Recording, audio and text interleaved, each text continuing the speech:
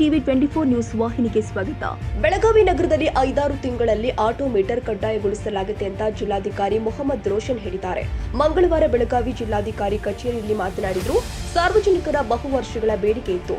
ನಗರದಲ್ಲಿ ಸಂಚರಿಸುವ ಆಟೋಗಳಿಗೆ ಮೀಟರ್ ಅಳವಡಿಸಬೇಕು ಅಂತ ಆಟೋ ಚಾಲಕರಿಗೆ ತೊಂದರೆಯಾಗದಂತೆ ಮೀಟರ್ ಅಳವಡಿಸುವಂತೆ ಸೂಚನೆ ಕೊಡಲಾಗಿದೆ ಎಂದಿದ್ದಾರೆ.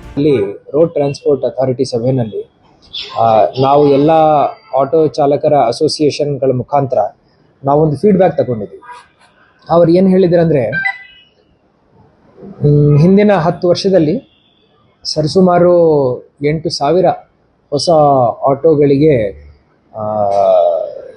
ಪರವಾನಗಿ ಲೈಸೆನ್ಸ್ ನೀಡಲಾಗಿದೆ.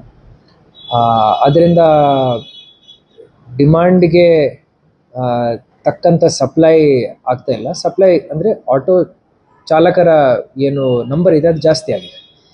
ಸೊ ನಾವು ಅವರ ಬೇಡಿಕೆ ಏನಿತ್ತಂದರೆ, ಈ ಪರವಾನಗಿ ಏನಿದೆ ಇದನ್ನು ಸ್ವಲ್ಪ ತಡೆ ಮಾಡಬೇಕು, ಒಂದು ನೆಕ್ಸ್ಟ್ 5 ವರ್ಷ ಕೊಡಬಾರ್ದಂತ. ಅದನ್ನು ನಾವು ಕನ್ಸಿಡರ್ ಮಾಡ್ತಾ ಇದ್ದೀವಿ. ಕನ್ನಡಿಗರ ಮೆಚ್ಚಿನ ನಿಮ್ಮ ಟಿವಿ 24 ಕನ್ನಡ ನ್ಯೂಸ್ ವಾಹಿನಿ ಇದೀಗ ಟಿವಿಯಲ್ಲಿ ಲಭ್ಯ.